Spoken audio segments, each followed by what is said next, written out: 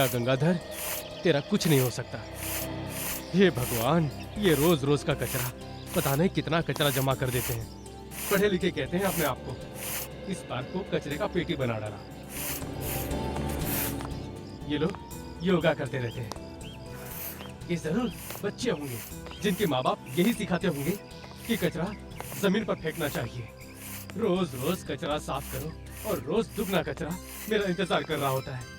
हे भगवान, कभी तो सुन मेरी, कोई चमत्कार तो कर, या यूं ही कचरा साफ करवाता रहेगा जीवन भर। कचरा कचरा कचरा, दिन भर कचरा साफ करो, सुबह आओ कचरा।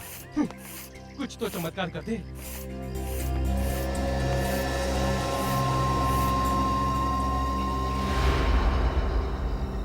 ये क्या चमक रहा है? चेन। अरे बाप रे, ये तो सोने का लगता है। ये यहाँ आया कैसे? लगता है किसी के हाथ से गिर गया है। आसपास कोई नहीं है। बेटा गंगाधर, आज किस्मत ने तुझे मौका दिया है।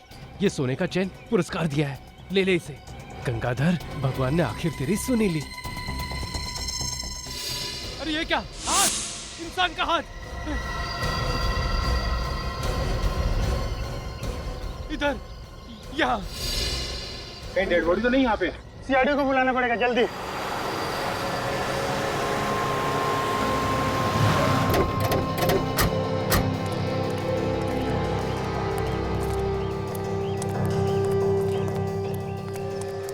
ये लोग कौन है?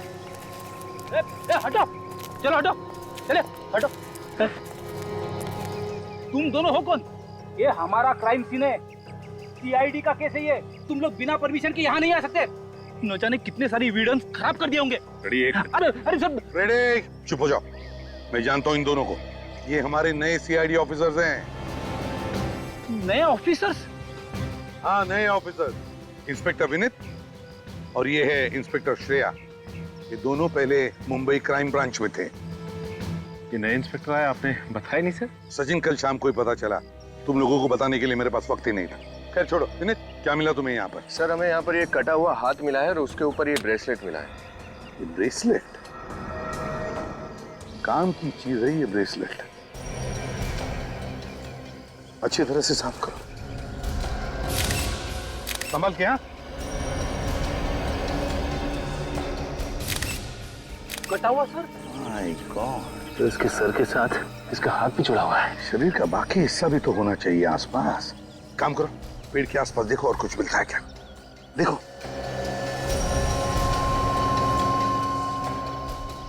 सर, कितनी बेरहमी से काटा है सर और हाथ को। और सर, ऐसा कोई क्यों करेगा? यहाँ इस हालत में किसी की लाश को दफनाने का क्या मतलब है? सिर्फ सिर और हाथ। पार्क तो ऐसी जगह है जहाँ पे काफी सारे लोग आते जाते रहते हैं। सचिन, विवेक, एक काम करो, पार्क में आसपास अच्छी तरह से देखो, कुछ मिलता है क्या।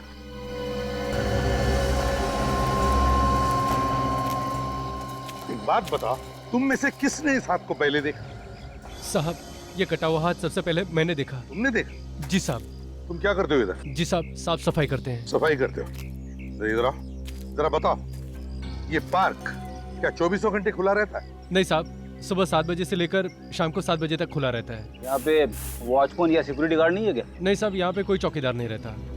ये पार्क सुबह 7 बजे से लेकर शाम के 7 बजे तक खुला रहता है।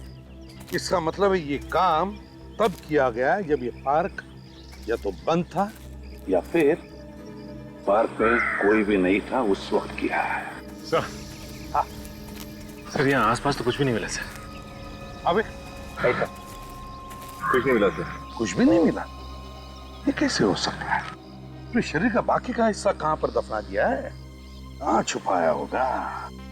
कोई बात नहीं, पता तो लगा ही लेंगे। इससे पहले एक काम करो, ये सिर और हाथ साळुंखे के पास भेज दो और इस आदमी का चेहरा, उसका स्केच सारे न्यूज़पेपर्स और टेलीविजन चैनल्स पर भेज दो।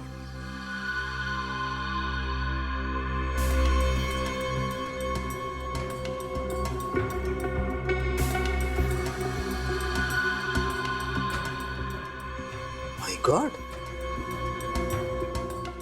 ये क्या है?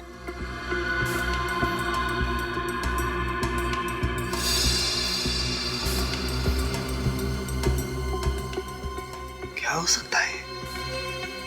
सारिका, मुझे तो एक कोई कागज का टुकड़ा दिखाई देता है। साफ करके देखते हैं क्या है। डॉक्टर साहब, ये आपके हाथ में क्या है? दया, ये मेरे हाथ में कागज का टुकड़ा है। कागज का टुकड़ा मिला कहाँ से आपको? यहाँ से, इसकी उंगलियों के बीच में फंसा हुआ था ये। मगर इसकी उंगलियों के बीच में ये कागज का टुकड़ा कैसे पहुंचा? या मुझे लगता है इस आदमी ने कोई कागज को अपने हाथ में छुपाने की कोशिश की होगी और ये कागज का टुकड़ा इसकी उंगलियों के बीच में फंस गया। लेकिन डॉक्टर साहब, ऐसा क्या है इस कागज के टुकड़े में? अरे भाई, तो चेक करने जा रहा था। क्या आप लोग आ गए? साफ करके देख लीजिए ना, पता चल जाएगा। देखते हैं।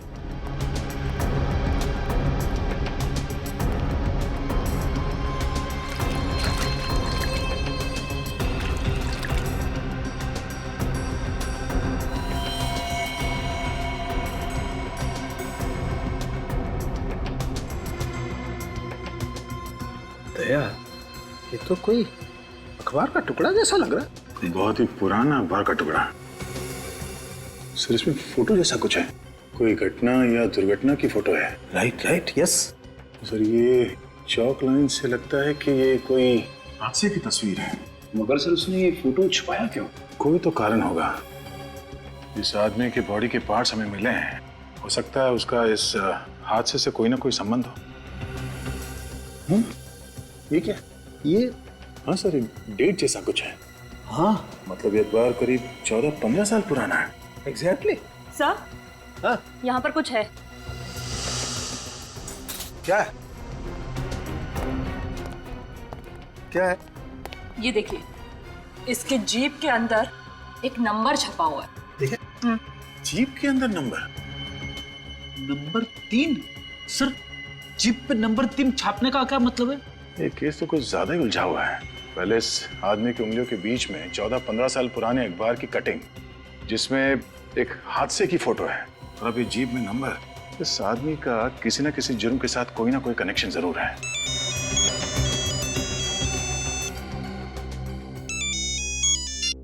हेलो, हाँ, रिपोर्ट्स आ गई? क्या पता चला रिपोर्ट से?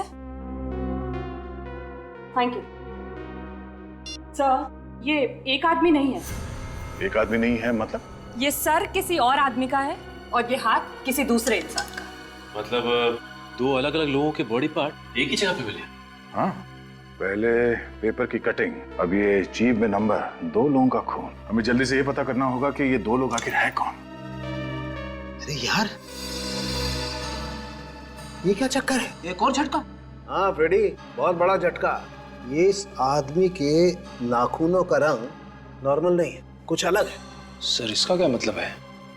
इसका मतलब ये नाखून चेक करने के बाद पता चलेगा।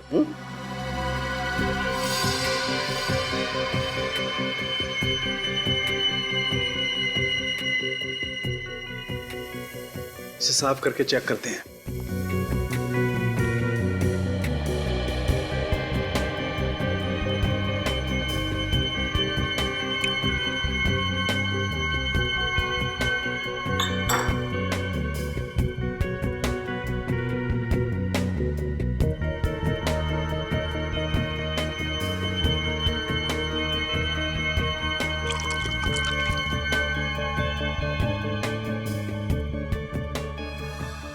ओ, अब आई बात समझ में।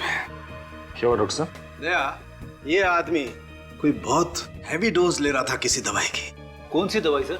वेरिऑक्सिबिन। वेरिऑक्सिबिन?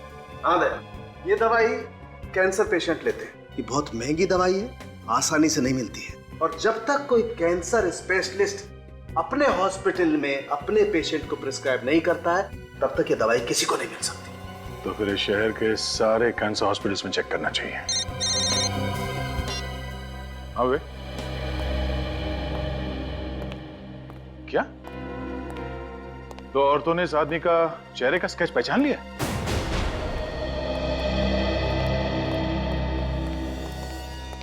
सर, विनय जी की वाइफ ने ना, और उनकी सेक्रेटरी आन्या। सॉरी, ये जो कुछ भी हुआ, क्या आप बता सकते हैं नैना जी, ये सब हुआ कैसे? कल शाम को सब्जियां लेने मार्केट गए थे, वापस नहीं आए। पता नहीं ये कैसे हो गया। मुझे ये भी पता नहीं कि उनके साथ ये किसने किया, क्यों किया। मुझे अब भी यकीन नहीं होता कि मेरे पति विनय अब नहीं रहे। जब वो घर वापस नहीं आ रहे थे तो आपने कोशिश नहीं की उन्हें कांटेक्ट करने की? मैंने उनको हर 2 मिनट के बाद फोन करने की कोशिश की, लेकिन उनका फोन बंद आ रहा था। ये विनय करते क्या थे? सर वो लॉयर थे। वकील थे? जी सर। तो क्या आप दोनों बता सकती हैं कि किसने किया होगा ये? किसी पर शक है आपको? सर ऐसा तो कोई याद नहीं। विनय सर बहुत ही नेक और शरीफ इंसान थे। वो लॉयर थे, पता नहीं किसी केस के सिलसिले में किसी के साथ कोई दुश्मनी हो तो पिछले कुछ दिनों में आपसे उन्होंने कुछ बताया या फिर आपने महसूस किया हो कि वो किसी केस को लेकर परेशान हो? मेरे पति विनय कोई भी केस के बारे में मुझसे कोई डिस्कशन नहीं करते थे। अभिजीत, समझ में नहीं आता कौन खून कर सकता है विनय का। बड़ी अजीब बात है ये। सर, जिस बेरहमी से विनय का खून हुआ है, ऐसा लगता है कि खूनी के दिल में विनय के लिए काफी जहर भरा था, काफी नफरत करता था वो। वही लगता है। सर, सालुंखे साहब को ब्रेसलेट पर कुछ मिला है। अच्छा, क्या मिला है? ब्रेसलेट का लोगो। ब्रेसलेट का लोगो? अभिजीत, ये देखो, ऐसा कुछ वी जैसा लिखा हुआ है। वी जैसा ही कुछ है। विक, कंप्यूटर में चेक करो, देखो ऐसा लोगो किस ज्वेलर का है। Yes sir. हाँ अभिजीत,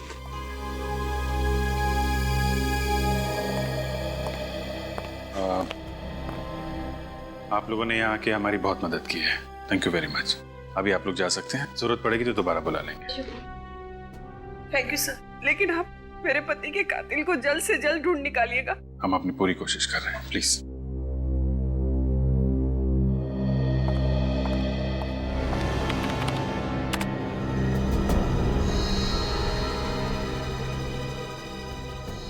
मिल गया सर, वरदान ज्वेलर्स। ये वही दुकान है जो अपनी सारी ज्वेलरी पे इसी तरह का लोगो इस्तेमाल करते हैं। कहाँ पर है ये Vardan jeweller? Sir Pendra waste.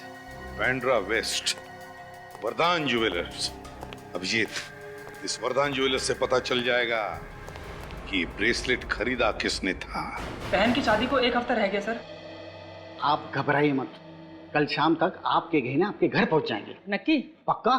मैं खुद आ जाऊं? नहीं, आप बस कल शाम तक गहने भिजवा दीजिए। ये सब अब मेरी जिम्मेदारी है। आप इत्मीनान से घर जाकर सो जाइए। ठीक है, नमस्ते। नमस्ते।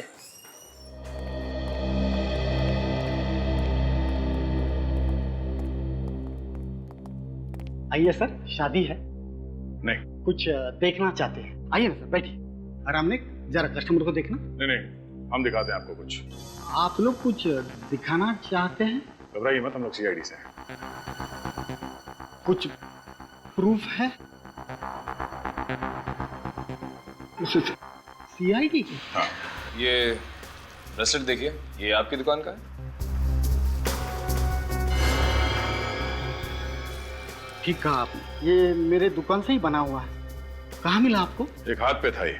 ब्रेसलेट तो हम हाथ के ऊपर ही पहनते हैं ना। हाथ कटा हुआ था।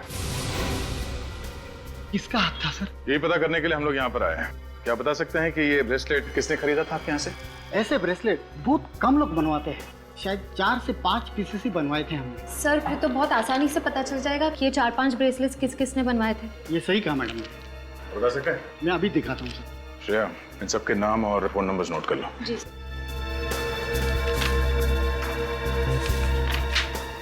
देखिए सर। अरे वाह, एड्रेस भी नोट किया है? जी सर।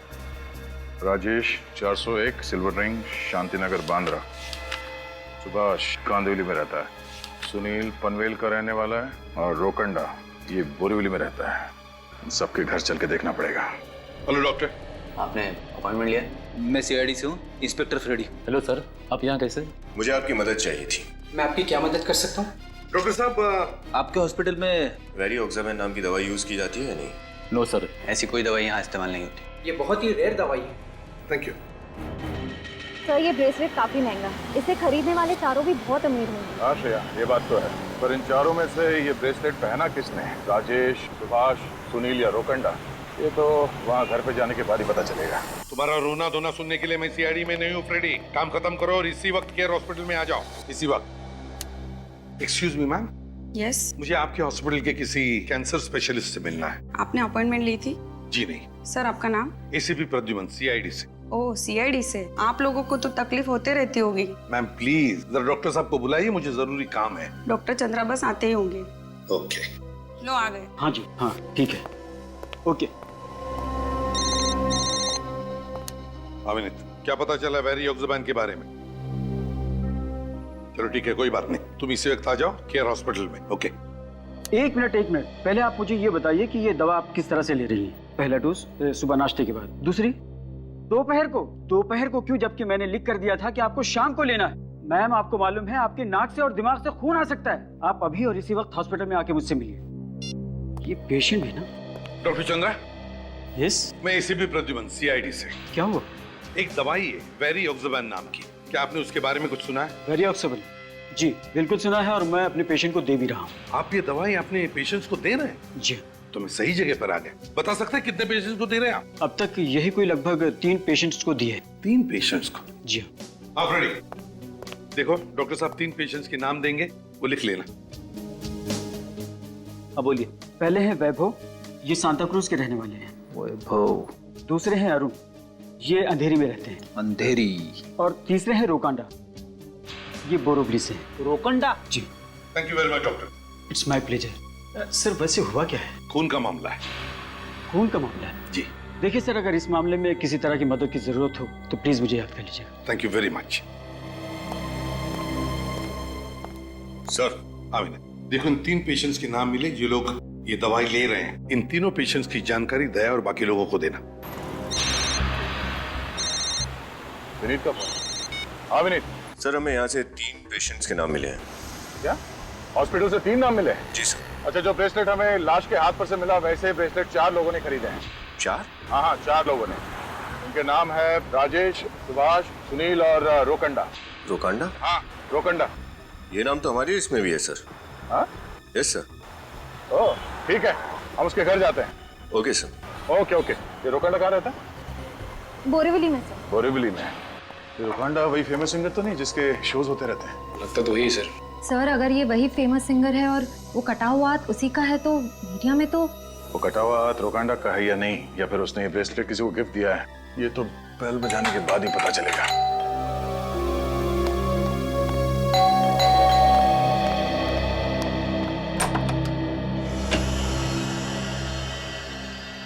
बोलिए साहब। जी कहिए, किससे मिलना है आपको? हम लोग सीआईडी से हैं, रोकांडा से मिलना चाहते हैं। रोकांडा? हाँ वो यही रहते हैं ना? जी बिल्कुल यही रहते हैं। और आप? मैं उनकी पत्नी त्रिया। कहाँ है वो? घर पर नहीं है क्या? आप यहाँ बैठिए प्लीज।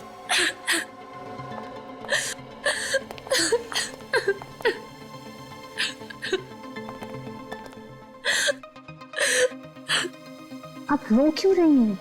रोकांडा कहाँ है? उनका कल से कोई अता पता नहीं है। बता के नहीं गया कि कहाँ जा रहे हैं? नहीं सर। आखिरी बार कब देखा था आपने उन्हें? कल, और आज उनका शो भी था। कितने फोन्स आ रहे हैं सुबह से, क्या बताऊं मैं, किसको बताऊं कि रुकांडा कहाँ है। इनफैक्ट उनका फोन भी बंद आ रहा है। मुझे बहुत घबराहट हो रही है सर। प्लीज शांत हो जाइए। कैसे शांत हो जाऊं सर? आज सुबह मैंने पुलिस स्टेशन में मिसिंग रिपोर्ट भी लिखवाई थी। मिसिंग रिपोर्ट भी लिखवाई आपने? गायब कहाँ हो गया?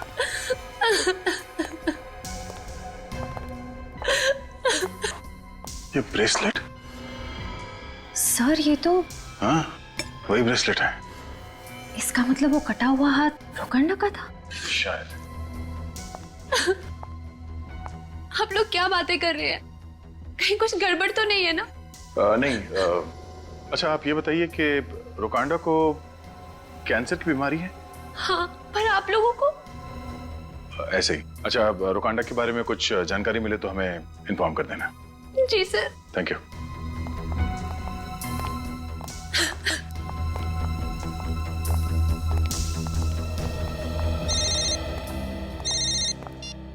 हेलो। हाँ क्या? कहाँ पे? पनवेल के हाईवे पे और भी बॉडी पार्ट्स मिले? एक मिनट जरा हाथ हटा। इसका चेहरा देखो जरा ध्यान से। सर कहीं ये रोकांडा तो नहीं? ये वही फेमस सिंगर रोकांडा है। सर इसका मतलब पहले किसी ने इसे किडनैप किया और फिर इसका खून कर दिया। ऐसा लगता है श्रेया, मुझे तो लगता है कि वो वकील विनय है, उसे भी पहले किडनैप किया और मारा है। सर जिस तरह से इन दोनों का खून हुआ है विनय और रोकांडा का, उससे तो यही लगता है कि खूनी की इन दोनों से कोई जादुई दुश्मनी है। कोई ऐसा इंसान हो सकता है जिसके दिल में इन दोनों के लिए बहुत नफरत भरी हो। जिस तरह से लाश को काटा गया है ऐसा ही लगता है। श्रेया, रोकांडा की बीवी को फोन करके उसकी मौत के बारे में इन्फॉर्म करो। सर मैं जानता हूँ श्रेया, बहुत मुश्किल काम है, क्या करें, तुम्हारा काम ही कुछ ऐसा है, फोन तो करना पड़ेगा। यस सर, मैं समझती हूँ। निखिल, इस बॉडी के पार्ट्स को फॉरेंसिक लैब भिजवा दो। हेलो मिसेस त्रिया।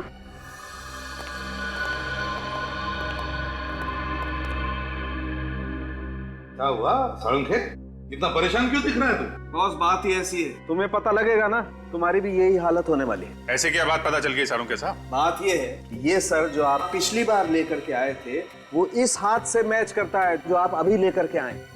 मतलब ये कि इस बार लाया हुआ हाथ और पिछली बार मिला हुआ सर वो एक आदमी का है, और पिछली बार लाया हुआ हाथ और इस बार मिला हुआ सर वो दूसरे आदमी का है। मतलब ये लाश लॉयर विनय की है और ये रोकांडा की? बिल्कुल। मतलब खूनी ने दोनों लाशों को काटा, उनके अंगों की अदला बदली की, फिर अलग अलग जगह पे छुपा दिया। ये चल क्या रहा है खूनी के दिमाग में सर? हाँ सर, कोई खूनी ऐसा क्यों करेगा? लगता है पूरा पागल है सर, कोई साइकोपैथ है। कोई न कोई वजह तो है विवेक, कोई न कोई वजह तो है जो खूनी ऐसे कर रहा है। सर ऐसी क्या वजह हो सकती है ये सब करने की? यही तो पता लगाना है सचिन कि ये खूनी ऐसे वैश्यपन पर क्यों उतर आया। एक बात और बॉस। क्या? वो ये, उस सर की जीभ पर भी वैसा ही अंक लिखा हुआ है जैसा इस जीभ पर लिखा हुआ है। मतलब विनय की जीभ पर जो 3 नंबर लिखा हुआ है बिल्कुल वैसा ही 3 नंबर रोकांडा के जीभ पर, बिल्कुल वैसा ही 3 नंबर। क्या राज हो सकता है इस 3 नंबर का? सर हो सकता है कातिल हमें कुछ दिखाना चाहता हो, इसलिए उसने इन लाशों की जीप पर ये नंबर लिख दिए। हाँ, दिखाना तो चाहता है जरूर ये खूनी हमें। और फिर ये नंबर 3, इस नंबर 3 का कोई ना कोई तो कनेक्शन जरूर है विनय और रोकांडा के बीच में। सर कुछ तो छुपा इन फोटोग्राफ में, कुछ तो कहने की कोशिश कर रही हैं ये फोटोग्राफ्स। मगर क्या अभिजीत, क्या हो सकता है?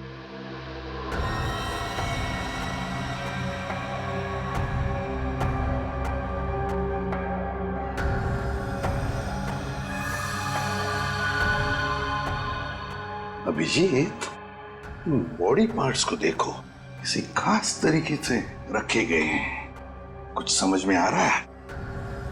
ऐसा लगता है कि कोई शेप दिया गया है, कोई आकार है। एग्जैक्टली अभिजीत। अभिजीत, मुझे लगता है ये इंग्लिश का अल्फाबेट क्यू है ना? हो सकता है ना? हाँ सर। ये देखो। हाँ सर, क्यू। हाँ, और फिर ये देखो, ये नहीं लगता तुम्हें कोई नंबर? 9? हाँ, 9। ये देखो, 9 9 9 है ना? और फिर ये 3 and 3, क्यों 933। सचिन, इधर लिखो बोर्ड पे, Q933। हो क्या सकता है सर? शायद कोई पासवर्ड या फिर कोई लॉकर नंबर, कोई एड्रेस। सर कोई कोड। Code code. अभिजीत, उस क्राइम सीन पर रोकांडा के हाथ में ये कागज का टुकड़ा मिला था। कागज का टुकड़ा, इस पर एक फिगर बनाया हुआ है क्राइम सीन का। तो कहीं ऐसा तो नहीं कि ये कोड नंबर Q933 इस क्राइम सीन से जुड़ा है? क्या हो सकता है ये नंबर? क्राइम, सर कहीं केस नंबर तो नहीं? हाँ, केस ही हो सकता है। विवेक, चेक करो हमारे रिकॉर्ड में, केस नंबर Q933 है क्या?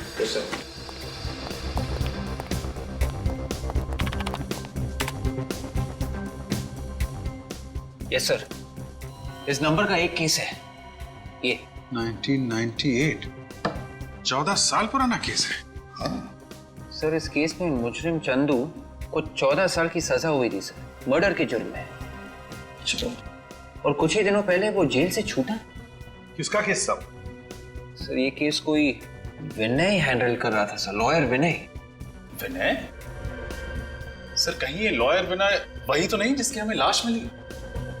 हो सकता है। और डिटेल्स देखो। Yes sir. सर इस केस में एक ही विटनेस था सर, सिंगर रोकांडा। रोकांडा? रोकांडा और विनय? मतलब से ये दोनों लाशें रोकांडा और विनय की इसी केस से जुड़ी हुई है, केस नंबर Q933। हाँ, फिर देखो विवेक, इन्वेस्टिगेटिंग ऑफिसर कौन था? सर कोई इंस्पेक्टर प्रकाश। प्रकाश? क्या हुआ सर? आप प्रकाश को जानते हैं क्या? बिल्कुल जानता हूँ, कॉलेज के दिनों से जानता हूँ, पुराना दोस्त है मेरा वो। सर तो फिर तो उनसे सारी डिटेल्स मिल जाएंगी इस केस की। हाँ अभिजीत, लेकिन पहले ये चंदू जिस जेल में था वहां से उसकी पूरी जानकारी निकालनी चाहिए। तब तक मैं इस इंस्पेक्टर प्रकाश से जाकर मिलता हूं। Excuse me. जी कहिए। हम लोग सीआईडी से, हमें एक कैदी के बारे में कुछ जानकारी चाहिए। सर बैठिए ना। नहीं ठीक है। जी बताइए, किसके बारे में आप लोग जानना चाहते हैं? चंदू। चंदू जो खून के जुर्म में यहाँ बंद था? हाँ वही। आप उसके बारे में हमें कुछ बता सकते हैं? वो किसी का खून करके यहाँ आया था और इस केस में ये साबित हुआ था कि उसने पैसों के लिए किसी का खून किया था और उसने 13 साल की सजा भी काटी थी। 13 साल? जी हाँ, और अभी 2-4 महीने पहले वो जेल से छूट के गया। अच्छा, उसकी सजा पूरी हुई थी या पहले ही छूट गया? नहीं, उसे 14 साल की सजा हुई थी, लेकिन उसके अच्छे बर्ताव को देखते हुए सरकार ने उसकी 1 साल की सजा माफ कर दी। अच्छा, सजा काटने के बाद अब कहाँ मिलेगा, कुछ अंदाजा है आपको? नहीं सर, हमारे रिकॉर्ड में उसका कोई पता नहीं है। अच्छा, कोई ऐसी जगह जानते हो जहाँ वो अक्सर पुलिस से छिपने के लिए इस्तेमाल करता था? नहीं सर, हमें उसके बारे में ज्यादा जानकारी नहीं है। पिछले 13 साल में जब वो जेल में था तो उसे कोई ना कोई तो मिलने आता था ना? सर आप विश्वास नहीं करेंगे, पिछले 13 सालों में ऐसा कोई आदमी हमने नहीं देखा जो उससे मिलने आया था, और इस बात से जेल में सभी हैरान थे। पिछले 13 साल में उससे मिलने के लिए जेल में कोई भी नहीं है? हाँ सर, सच है। और ना तो उसका कोई रिश्तेदार, ना दोस्त, ना कोई यार, कोई नहीं था सर। ये तो बहुत ही अजीब बात है। बल्कि पुलिस ने जब उसे पकड़ा तब भी वो अकेला ही था। अच्छा, उसका घर कहाँ है, कुछ एड्रेस है आपके पास? अभी तक हमको उसके बारे में कुछ पता नहीं चला। इसका मतलब चंदू के आगे पीछे कोई नहीं था। लेकिन सर ऐसा कैसे हो सकता है? कोई भी इंसान इतना अकेला कैसे हो सकता है? कोई तो होगा जो उससे बातें करता होगा। अच्छा, जेल में चंदू का बर्ताव कैसा था? वो कैदियों से बात करता था या किसी से बात करता हो? सर कुछ खास नहीं, अकेला ही बैठा रहता था, अपनी दुनिया में वो खोया रहता था, किसी से ज्यादा बात ही नहीं करता था सिवाय एक आदमी के। कौन? सर राजू, चाय वाला। अक्सर वो हमारी जेल में चाय देने आया करता है। चाय वाला राजू? जी हाँ सर, सिर्फ उसी से बात करता था। कहाँ मिलेगा ये चाय वाला? सर आप आगे निकलिए और दाहिने मुड़िए और सीधे चलते जाना, उसका ठेला आगे दिख जाएगा। Thank you. Thank you sir. Raju चाय वाले के साथ बैठ के चाय पीते हैं। कितने सालों बाद आ रहा हूं मैं प्रकाश से मिलने के लिए। फिर भी सर, इतने वक्त बाद पुराने दोस्त से मिलने की बात ही अलग है। हाँ वो तो है। अरे एसीपी अंकल, आप लोग आइए ना अंदर। आयुष, कितने बड़े हो गए तुम, हैं? पापा कहाँ है? वो क्या हुआ? मुझे कुछ समझ नहीं आ रहा है अंकल। क्या हुआ आयुष, कोई प्रॉब्लम है? अच्छा है आप लोग आ गए, मुझे आपकी मदद चाहिए। क्या हुआ? प्रकाश सर ठीक तो है ना? पापा आज सुबह से कहीं चले गए हैं और मेरा फोन भी नहीं उठा रहे हैं। तो ऑफिस में फोन करते उनके? मैंने ऑफिस में फोन किया था पर पापा आज ऑफिस पहुंचे ही नहीं है। हो सकता है वो किसी बाहर के काम की वजह से ऑफिस ना गए हो या फिर बिजी हो। नहीं नहीं, पापा चाहे जितना भी बिजी हो मेरा फोन जरूर लेते हैं, और अगर फोन नहीं उठा सकते तो मैसेज जरूर करते हैं। आज तो कोई जवाब ही नहीं दे रहे हैं, मुझे बहुत चिंता हो रही है अंकल। प्लीज पापा को ढूंढिए ना अंकल। आयुष बिल्कुल घबराओ मत, अरे तुम्हारे पापा एक दिलेर और जाबाज ऑफिसर है, समझे? आयुष एक बात बताओ, क्या पापा ने कभी तुम्हारे साथ किसी पुराने केस के बारे में कभी बात की थी? मेरा मतलब है case number Q933। Case number Q933 के बारे में तो मालूम नहीं, लेकिन पापा किसी पुराने केस को लेकर चिंतित जरूर थे। पुराने केस को लेकर? किसकी केस, कौन सी केस? वो किसी चंदू नाम के आदमी का केस था। चंदू? चंदू की केस? यही तो केस है, केस नंबर Q933। ये केस तो 14-15 साल पुरानी केस है और 10 साल पहले पूरी भी हो गई थी। फिर इस केस को लेकर प्रकाश। पापा का फोन चालू है? जी अंकल। इधर लगाओ। अंकल बेल जा रही है पर कोई उठा नहीं रहा है। हाँ बेल तो जा रही है, कोई उठा नहीं रहा है। फ्रेडी काम करो, प्रकाश का सेल फोन ट्रैक करो, देखो इस वक्त कहां पर है और कहां जाता है। Yes sir. ये लो बेटा, और सुनो बिल्कुल घबराना नहीं, तुम्हारे पापा को हम कुछ नहीं होने देंगे, बिल्कुल घबराओ मत। और एक बात, अगर तुम्हें कुछ भी पता चले, कुछ भी पापा के बारे में या इस केस के बारे में, तो मुझे तुरंत फोन कर देना।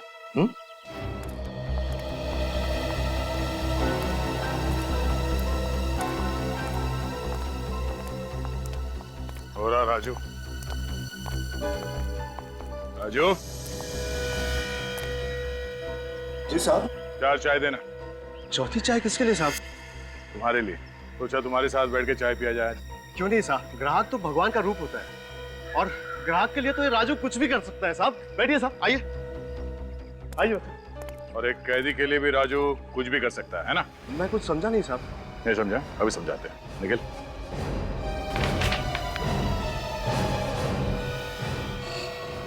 ये कौन है? मैंने तो इसे कभी नहीं देखा। कभी नहीं देखा। सच बोल, झूठ मत बोल। जेल में जाता था ना उसके लिए चाय लेकर। आप लोग क्या कह रहे हैं साहब? मेरी तो कुछ भी समझ में नहीं आ रहा। एक हाथ पड़ेगा ना तो सब कुछ बताना शुरू कर देगा। बोल। मुझे कुछ नहीं पता साहब, मुझे कुछ नहीं पता साहब, मैं इसे नहीं जानता साहब। तो वैसे नहीं मानेगा? क्या था? धुन हटी? हाँ साहब, धुन हट गई साहब, मैं बताता हूँ। ये साहब, ये चंदू है साहब। सिर्फ इतना ही याद आया या कुछ और भी बताना चाहता है तू? मैं इसे जेल में चाय देने जाया करता था, इसे मेरी चाय बहुत पसंद थी साहब। बस इतना ही? हमने तो सुना है कि तुम्हारी और चंदू की बहुत अच्छी दोस्ती थी। दोस्ती तो दूर की बात है साहब, वो मुझे जान से मारने की धमकियां देता था साहब।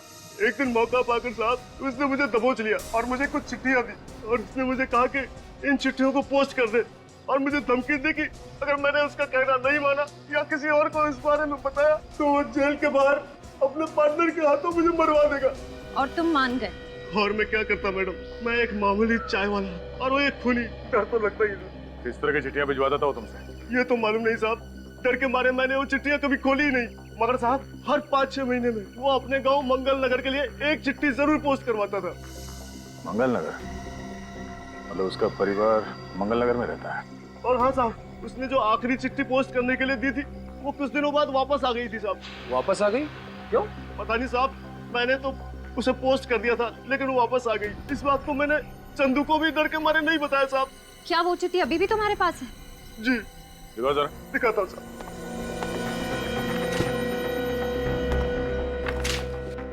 अनीता चंदू, मंगल नगर, जनार्दनगढ़। प्यारी अनीता, कैसी हो?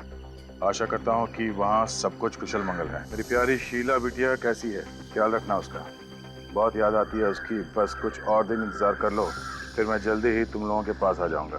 तब तक अपना और मेरी प्यारी बिटिया शीला का ध्यान रखना।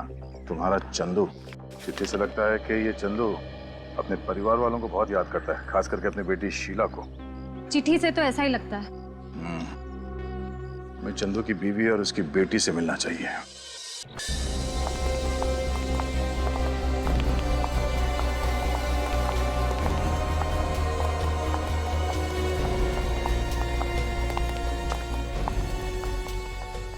नगर तो पहुंच गया। ये पता करना होगा कि चंदू के परिवार रहता कहाँ। सर किसी से पूछ लेते हैं। ऐसे छोटे गांव में तो सब एक दूसरे को जानते होंगे। ये आदमी औरत जो घर से बाहर निकले, इनसे पूछो जरा। सुनिए भाई साहब, आप जानते हैं चंदू कौन है? अब चंदू? कौन चंदू? हम किसी चंदू को नहीं जानते। चलो। देखिए, घबराइए मत, हम लोग सीआईडी से हैं। सीआईडी? हम जानते हैं कि चंदू का परिवार इसी गांव में रहता है। सिर्फ यही जानना है कि वो रहता किस घर में है। देखिए साहब, आप हमें किसी मामले में मत घसीटिए। हमने कुछ नहीं किया है, हमने तो बस सुना है कि चंदू एक मुजरिम है और वो अभी जेल में। हाँ साहब, हम पुलिस और कोर्ट कचहरी के चक्कर में नहीं पड़ना चाहते। देखिए, आप लोग बिना बात के परेशान हो रहे हैं। डरने की कोई बात नहीं है, हम लोग यहाँ से पूछताछ करने के लिए आए हैं। आप लोगों को कुछ नहीं होगा, डरिए मत, भरोसा रखिए। सीआईडी आप लोगों की सुरक्षा के लिए, परेशान करने के लिए नहीं। देखिए भाई साहब, बस इतना बता दीजिए कि ये चंदू रहता कहाँ है? रहता है नहीं साहब, रहता था। रहता था? अब तो ना वो यहाँ है ना उसके घर वाले। कहाँ गए वो लोग? ये तो नहीं मालूम। चंदू की बीवी और उसकी बेटी शीला यहाँ रहते थे, लेकिन 6 महीने पहले ही चंदू की बीवी मर गई। बहुत बीमार थी बेचारी। और उसकी बेटी शीला? वो कहाँ गई? उसकी माँ के देहांत के बाद तो वो बिल्कुल अकेली हो गई थी, बेचारी घर बेच के चली गई। आप जानते हैं वो कहाँ है? उसका पता, फोन नंबर, कुछ भी?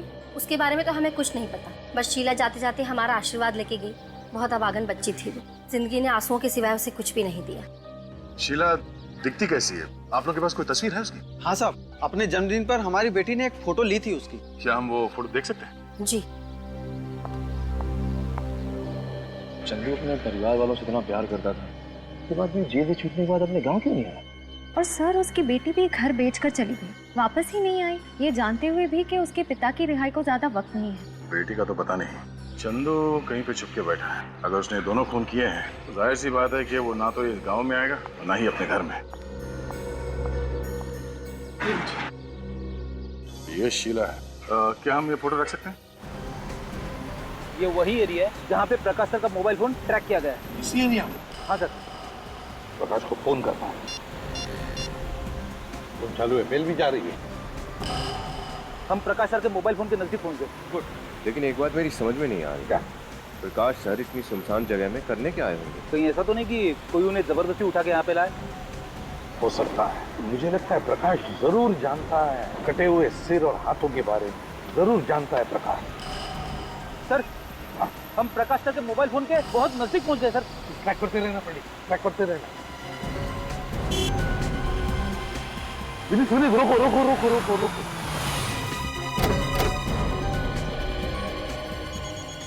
इसी एरिया में कहीं पर फोन की घंटी सुनाई पड़ रही है। आ रही है सुनाई? हाँ सर। हाँ।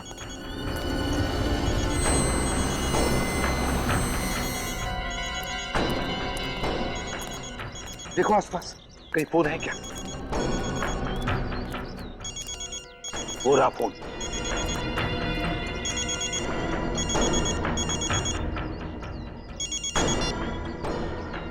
ये तो प्रकाश का ही फोन लगता है।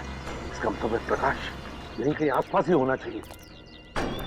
मुझे तो डर लग रहा है सर, कहीं प्रकाश सर के साथ कुछ हो ना गया हो। चुप रहो फ्रेडी, चुप चुप बोलो। अपनी अपनी गन निकालो। प्रकाश की जान को खतरा हो सकता है। पूरा है घर। मुझे लगता है सर कि प्रकाश सर इसी घर के अंदर होंगे। चलकर देखते हैं। जरा सी भी भूल हो गई तो प्रकाश की जान को खतरा हो सकता है।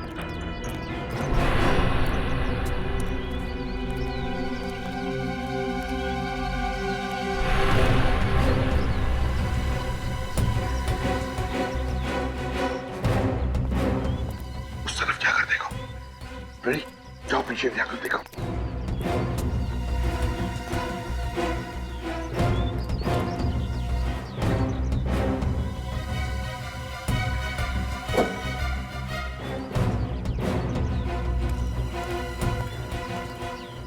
उधर कुछ नहीं दिख रहा है सर। सर, हाँ, बाहर से तो कुछ दिखाई नहीं दे रहा। ठीक है, कोई बात नहीं। घर के अंदर घुस से मगर सावधानी से। प्रकाश की जान को खतरा है, हो सकता है उसके साथ अंदर कोई हो भी सकता है, हैं?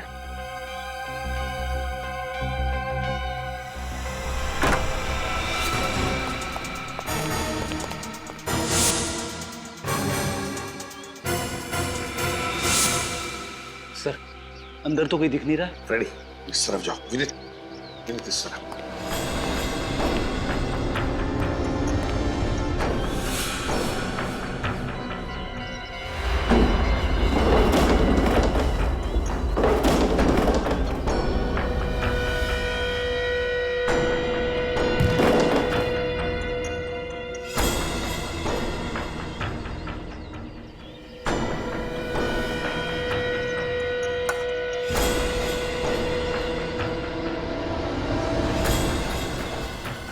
माय गॉड, प्रकाश! विनीत, जल्दी से पानी लेकर आओ।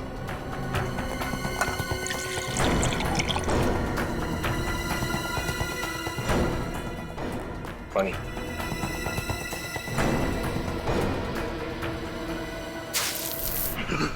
कौन कौन है तुम? कौन हो? देखो देखो, तुम लोग मुझे नहीं मार सकते, नहीं मार सकते।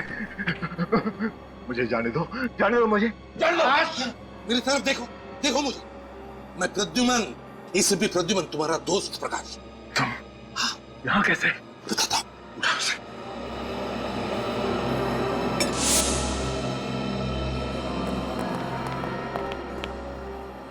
पानी पीना, पियो पानी पी। प्रकाश। प्रद्युमन, बताओ क्या? कोई मुझे यहाँ ले आया और इसने मुझे बहुत मारा और फिर मुझे मरने के लिए छोड़ दिया।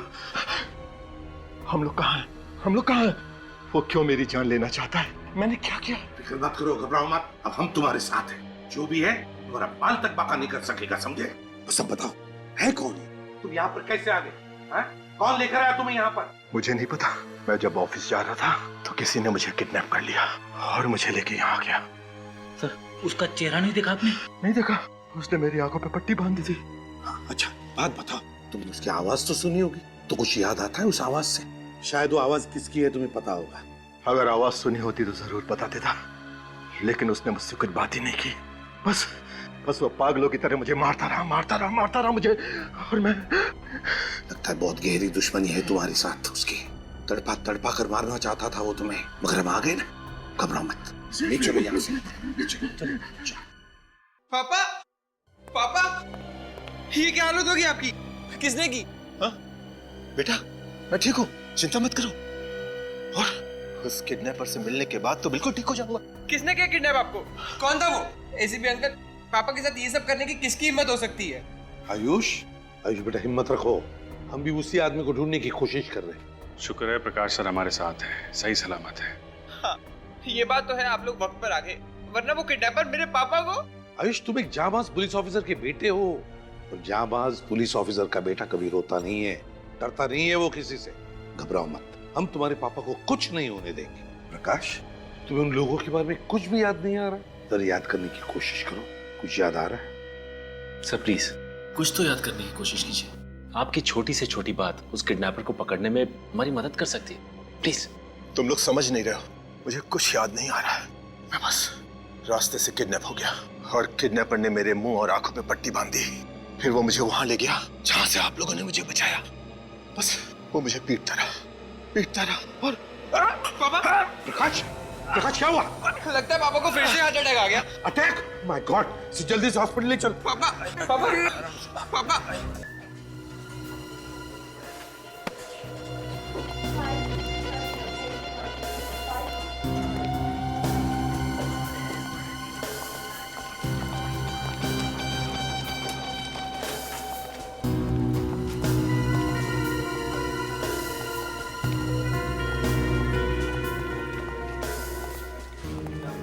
जो भी अंदर जाएगा, फिर वो चाहे हॉस्पिटल का स्टाफ ही क्यों ना हो, नजर रखना अच्छी तरह से।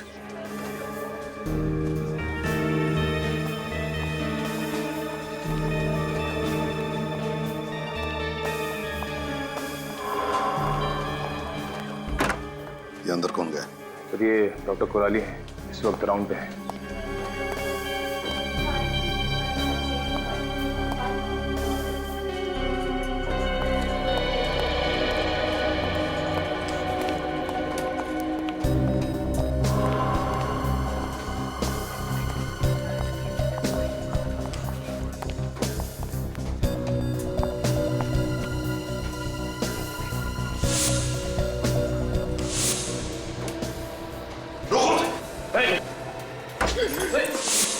पकड़ो उसे!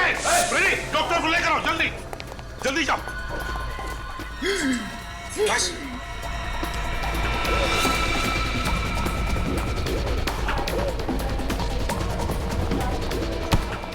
रुक जाओ, भागने का कोई रास्ता नहीं है। तो शीला, तो तुम हो? किस नाम से बुलाए तुम्हें? आन्या या शीला? वाह, कितनी सफाई से अपने चेहरे के साथ साथ अपनी पहचान भी बदल ली। मगर अफसोस, चेहरा बदलने के बाद भी सीआईडी से बच नहीं पाई तुम। आप ये मत समझिए कि मैं इसलिए रो रही हूँ कि मुझे अपने किए का अफसोस है, बल्कि मैं इसलिए रो रही हूँ कि मैं प्रकाश की जान नहीं ले पाई। विनय और रोकांडा, उनकी जान लेकर क्या मिला तुम्हें? क्या हासिल किया तुमने? उन्हें क्या हासिल हुआ मेरे बाबा की जिंदगी बर्बाद करके? मेरे बाबा तो निर्दोष थे। 15 साल उन्हें सलाखों के पीछे सजा काटनी पड़ी, और जब वो जेल से बाहर आए तो उनकी मौत हो गई। क्या? जेल से निकलने के बाद तुम्हारे बाबा की मौत हो गई थी? हाँ, मेरे बाबा की मौत हो गई, और मरते मरते उन्होंने मुझे बताया कि उनके साथ नाइंसाफी हुई थी। 15 साल वो मुझसे मिलने के लिए तड़पते रहे। एक अच्छे खासे परिवार को बर्बाद कर दिया उन लोगों ने। बदला तो मुझे लेना ही था, आपकी वजह से मेरा बदला अधूरा रह गया। बदला? सच बताया क्या है? सच ये है कि तुम्हारे बाबा निर्दोष नहीं थे, खूनी थे। वो खूनी, एक मासूम की जान ली उन्होंने। ऐसा नहीं हो सकता, मेरे पापा निर्दोष थे, खूनी नहीं हो सकते। ऐसा ही हुआ। झूठ बोला तुम्हारे बाबा ने तुमसे कि वो निर्दोष है, और तुम बदला लेने के लिए निकल पड़ी। तुम्हारी बदले की आग ने 2 मासूम लोगों की जानें ली, विनय और रोकांडा की। भूल गई तुम कि बदले की आग में खुद के सिवा और कोई नहीं जलता, और मिलता क्या है? सिर्फ खालीपन और किए कर्मों का बोझ। बहुत गलत किया तुमने शीला, कानून को अपने हाथों में लिया। अफसोस, तुम्हें तो अब फांसी ही होगी।